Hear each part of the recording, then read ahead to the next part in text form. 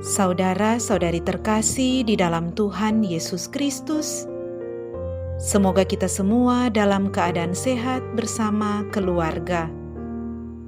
Saat ini marilah kita mendengarkan bacaan kitab suci dan renungan harian Jumat 3 September tahun 2021.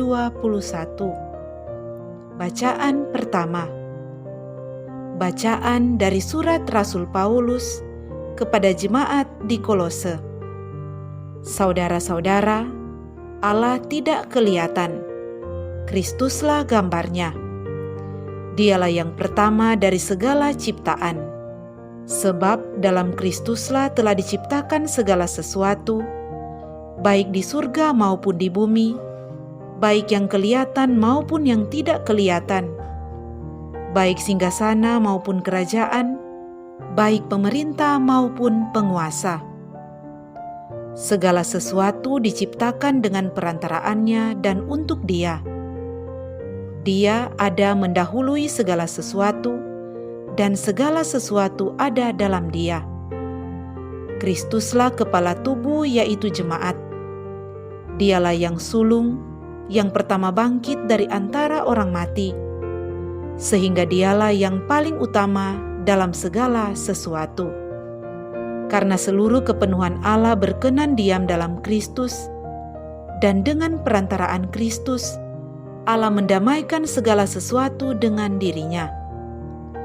Baik yang ada di bumi, maupun yang ada di surga, segalanya didamaikan oleh darah Kristus yang tersalib. Demikianlah sabda Tuhan, syukur kepada Allah. Bacaan Injil. Inilah Injil Yesus Kristus menurut Lukas. Dimuliakanlah Tuhan. Sekali peristiwa, orang-orang Farisi dan ahli-ahli Taurat berkata kepada Yesus, "Murid-murid Yohanes sering berpuasa dan sembahyang, demikian pula murid-murid orang Farisi. Tetapi murid-muridmu makan dan minum." Yesus menjawab, "Dapatkah sahabat mempelai disuruh berpuasa selagi mempelai itu bersama mereka? Tetapi akan datang waktunya mempelai diambil dari mereka.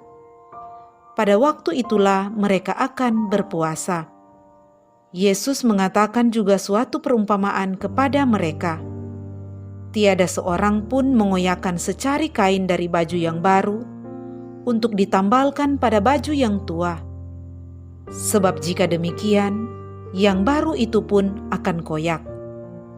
Apalagi kain penambal yang dikoyakan dari baju baru tidak akan cocok pada baju yang tua. Demikian juga, tiada seorang pun mengisikan anggur baru ke dalam kantong kulit yang tua.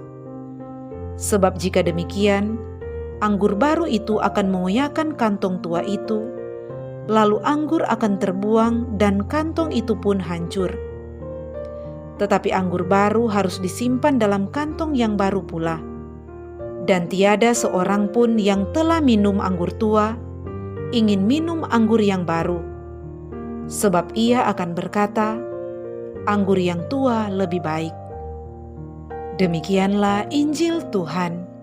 Terpujilah Kristus. Saudara-saudari terkasih di dalam Tuhan Yesus Kristus, semoga kita semua dalam keadaan sehat bersama keluarga. Renungan kita di saat ini diberi judul Puasa Menata Tingkah dan Rasa. Saudara-saudari terkasih, berbicara tentang puasa, ada banyak definisi mengenai puasa. Bagi banyak orang, puasa sering hanya diartikan tidak makan makanan tertentu atau minuman tertentu dalam tenggat waktu tertentu. Setelah waktu yang ditetapkan selesai, maka selesai pula urusan puasa itu. Bagi orang Kristiani, puasa membawa makna yang sangat dalam, terlebih dalam konteks membangun pribadi yang rohani. Puasa pantas disebut sebagai doa dengan tubuh, karena dengan berpuasa orang menata hidup dan tingkah laku rohaninya. Dengan berpuasa, orang menemukan diri yang sebenarnya untuk membangun pribadi yang selaras. Puasa membebaskan diri dari ketergantungan jasmani dan ketidakseimbangan emosi. Puasa membantu orang untuk mengarahkan diri kepada sesama dan kepada Tuhan. Dengan berpuasa, orang mengungkapkan rasa lapar akan Tuhan dan kehendak-Nya. Ia mengorbankan kesenangan dan keuntungan sesaat dengan penuh syukur atas kelimpahan karunia Tuhan. Orang mengurangi keserakahan dan mewujudkan penyesalan atas dosa-dosanya pada masa yang lampau. Orang yang berpuasa akan memusatkan pikirannya pada hal-hal yang baik dan benar. Saudara-saudari terkasih, bacaan Injil pada hari ini berbicara tentang puasa. Orang-orang Farisi itu berkata pula kepada Yesus, "Murid-murid Yohanes sering berpuasa dan sembahyang, demikian juga murid-murid orang Farisi, tetapi murid-murid-mu makan dan minum." Atas perkataan mereka itu, Tuhan Yesus menjawab mereka, "Dapatkah sahabat mempelai laki-laki disuruh berpuasa, sedang mempelai itu bersama mereka? Tetapi akan datang waktunya apabila mempelai itu diambil dari mereka. Pada waktu itulah mereka akan berpuasa." Orang-orang Farisi mengira bahwa murid-murid Yesus tidak berpuasa, padahal murid-murid Yohanes berpuasa. Jawaban Tuhan Yesus atas pertanyaan orang Farisi menegaskan bahwa murid-muridnya juga berpuasa. Sambil itu, Tuhan Yesus mengangkat aspek waktu yang tepat. Bukan pada saat orang yang sementara berpesta pora, tetapi mengambil dan menentukan waktu yang tepat untuk melaksanakan tindakan puasa pada saat-saat yang khusus, penuh hikmat dan teduh tenang. Saudara-saudari terkasih, apa yang menjadi pesan firman hari ini?